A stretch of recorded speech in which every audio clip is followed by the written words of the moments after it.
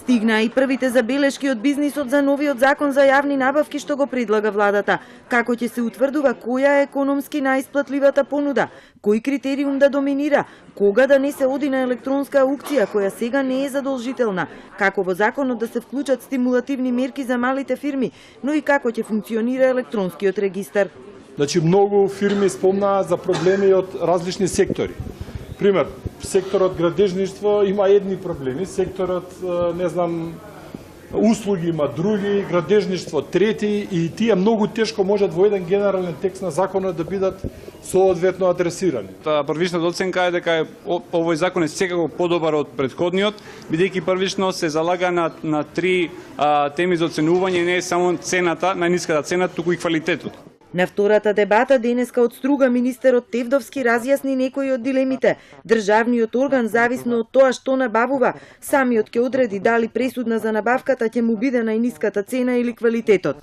Кога се набавува, например, хартија, може како критериум договорниот орган да одлучи да биде само најниската цена.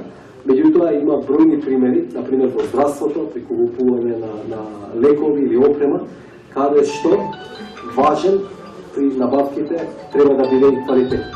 Се изјасни и Стопанската комора на Македонија, велат за да се спречат можностите за да се фаворизираат некои фирми, треба со подзаконски акти да се воведе стандардна тендерска документација по одделни стопански сектори. Главна цел на законот е да ја подобри транспарентноста и контролата, веќе да нема малверзации кога големи државни тендери се доделуваа на фирми блиски до власта. Тоа ќе се постигне така што договорите и целата документација за секоја јавна набавка ќе се објавуваат јавно на електронскиот систем. Директорот на бирото Георгиевски бара и новинарите, но и фирмите постојано да бидат будни. Синџирот на јавни набавки не е само закон, пример да речеме донесувањето на законот за јавни набавки. Овде се вклучени други институции, тоа е Државната комисија за жалби по јавни набавки, антикорупцијска, државната ревизија. Значи овде сите мора да одиграме, мислам, сите мора да функционираат за да биде законот функционален. Законот треба да биде усвоен во октомври, но ќе се применува од стартот на идната година.